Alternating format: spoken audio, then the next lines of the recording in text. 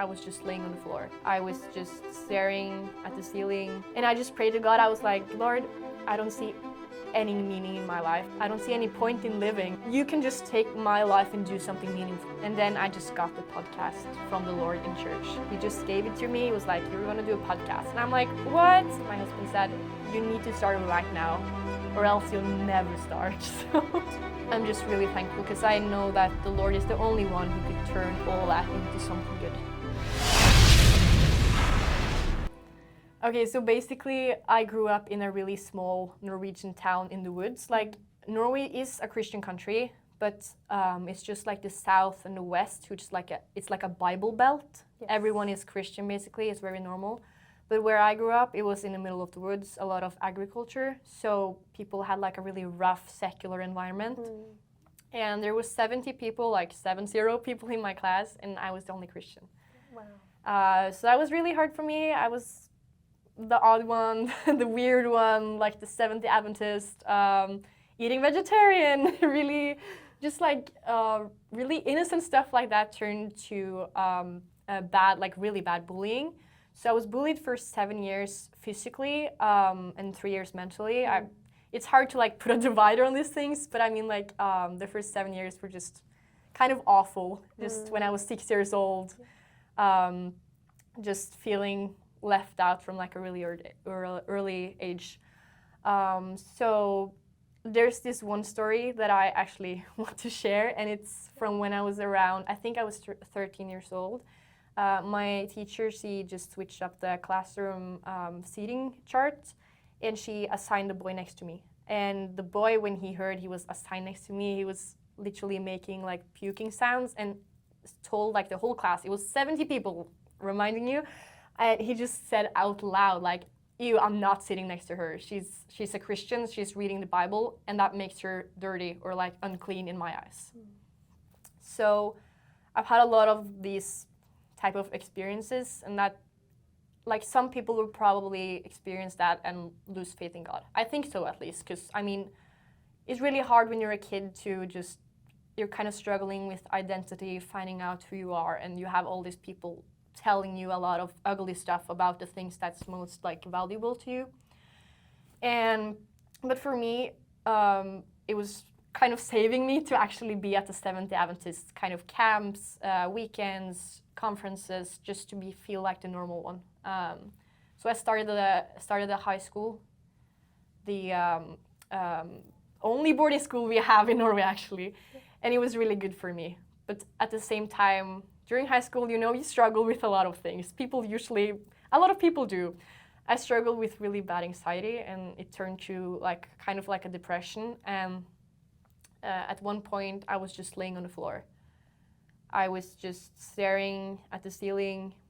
I remember praying to God, and I was just so broken. I felt like my identity was just like, it was nothing. It's so sad, but it was nothing.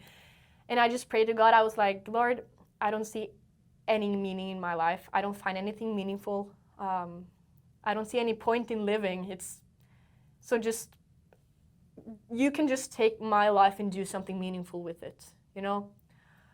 Because I don't care what happens anymore. Just, I want to serve you if there's any purpose in this life.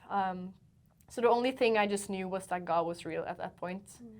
Because under 24 hours later, I was asked in the church to do a speech. Wow. For 300 people, yeah, that's at least. And they actually had to put extra chairs they have like a sports hall. Yes. They had to open up the church and put chairs because people were coming just curious, what does this girl have to say, you know?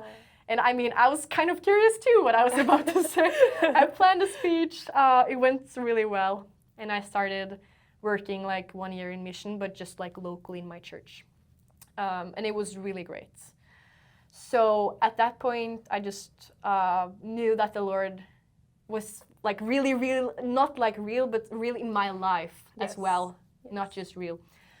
So I moved to study, and then I just got the podcast from the Lord in church. He just gave it to me. He was like, you're going to do a podcast. And I'm like, what? I'm not going to do a podcast. I'm the most like socially awkward person. Like in high school, I would probably show up 2 or 3 days to school because, I mean, my anxiety was so bad that couldn't function properly. Like, it was really tough, really, really rough time of my life. So like a person who couldn't even speak in class was suddenly preaching and then making a podcast, like speaking. Yes. And I got invited to like speak at different events after that because I was gonna start, you know. So my husband, he was like, because I was kind of hesitant, I was like, oh, I need to do this perfect. I need to get the best camera, get the best, you know, everything. But my husband said, you need to start right now or else you'll never start. So just started, I guess, just from literally 1 week to another. I just called the technician guy at church. I was like, we need to make a podcast. And he was like, yeah, we need more youth to make. So yeah. So it was just really my whole story of the podcast, and I got a lot of like speaking opportunities, and now I'm starting in the youth department in Norway to work there. So a lot of opportunities from that. The Lord really turned my sorrow to something really great. Yeah. Because I felt like the worst part was actually, you know, posting about this on my main account, because it's something else to post on the podcast account, because like not too many people see it. It's like a different audience. But then I started posting on my main. I was like, people are gonna watch because they know me. And when I was like pushing the post button, I felt like my stomach was doing like a dryer, you know. It was just tumbling. Butterflies. Yeah, it was really crazy. And I was just thinking to myself, like, it's not a shame that I feel this way, but I know that there's something more important than the shame I'm feeling, or, you know, the bad feelings I have in my stomach from like posting so publicly to my 900 followers on my main about this. It's more important to actually tell them about the Lord. So I just started posting. I just shared it a lot, and my parents also, and a lot of other people I know shared it. And there's this one story that I really it kind of stuck with me. Yes. And it's my mom. She went to the beach in Norway, which in Australia I can go to the beach probably anytime. Yeah, we can. We have like a 3-day thing. It's like really cold. Okay. Sometimes we have a good summer, okay? She went to the beach.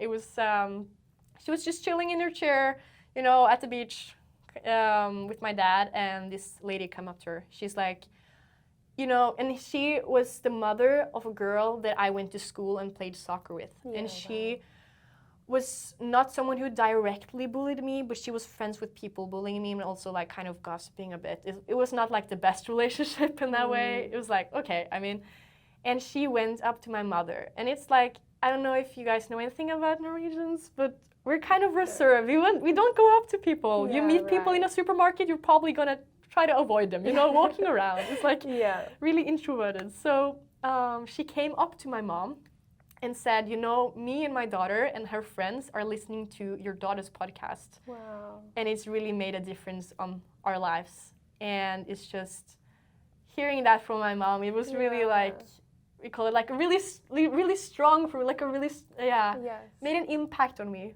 really. Did you get to talk to them after that? Like, did you see them again? Unfortunately not. No. I've not seen them yet. Okay. But I just hearing that it means something, it's really important. And also like, I've seen that some more from that class is actually they're Christian now. Yeah. So I don't know, hopefully it has made an impact. Yeah. But it's just the fact that I feel like there's a blessing in the fact that I could actually preach to the people who used to bully me. Just the fact that I could turn something that affected me so bad in so many years. I think a lot of the anxiety and depression came from that, at least. Not everything, but some of it did. And I'm just really thankful because I know that the Lord is the only one who could turn all that into something good. It's not possible in any way. I could never do it. I'm like kind of an introverted person, so I know kind of for me, I think the Lord trusts me with this mission because he knows I won't do it for myself. Because I don't like attention. I mean, obviously, when you're kind of bullied in that way, you don't like attention. Yes. So it's hard. Like, it's really weird to like go on camera and say I don't like attention while being on camera. Yeah, I get it. Yeah. But at the same time, I think it's really important to tell people that it's, you know, there's something that's more important than feelings, and that's God's plan. You know. So God works in mysterious ways. Yeah, definitely. When I first met you, actually, you told me a story about this someone had come to church because of your podcast. Yeah. Can you tell me a little bit more about that and what happened with that person? Because I think that was awesome. Yeah, because, my podcast is not Seventh-day Adventist. Like, it's not branded as a Seventh-day Adventist podcast. But I mean, since I am, most of the content is, if that makes sense. I bring 70% are Seventh-day Adventist. And we actually did an episode on Sabbath, because I think that's really important. People don't know, so many people don't know that the Sunday is not the original day, if you know. Yes. A lot of people have said whoa, I didn't know you guys are the original Christians. I'm like, what? Yeah, sure, it's Sabbath, but yeah, so that was kind of crazy. But that guy, he listened to the podcast, the Sabbath episode, and he was on vacation for visiting his sister. Because we have a really big national day, and it was on a Sunday, so he couldn't go to church on Sunday, because he's a Pentecostal, so he couldn't go. So he was like, okay, I really need to find a church. Who does church on Saturday? Oh, the Seventh-day Adventist. So he went to that church and met our pastor, and he was like, I came here because I heard this podcast, and it's called Hverdagskristen, and you know the girl? And he's like, yeah, I need to introduce you. And he introduced him to another girl because she knew me, Yes. And she came to me you need to meet this guy. He's here because of you. I'm like, what? And then you really get the realization that, people actually see the content and that it means something to someone. Just showing up, we invited him to the national celebration, grilling, just social stuff. So really, yeah, it was really great. And he wanted to do an episode. We couldn't do it then, but we were planning to do an episode with him, amazing. actually. Yeah. So that's really great. I was going to say, I can't wait to listen to it, but I won't be able to understand it. Yeah. Maybe subtitles? Yeah, put some subtitles on it for me. Yeah, the next episode is actually in English, so you could listen to that one. Perfect. In August, yeah. But I really wanted to share, because that made me think of the motto for my podcast.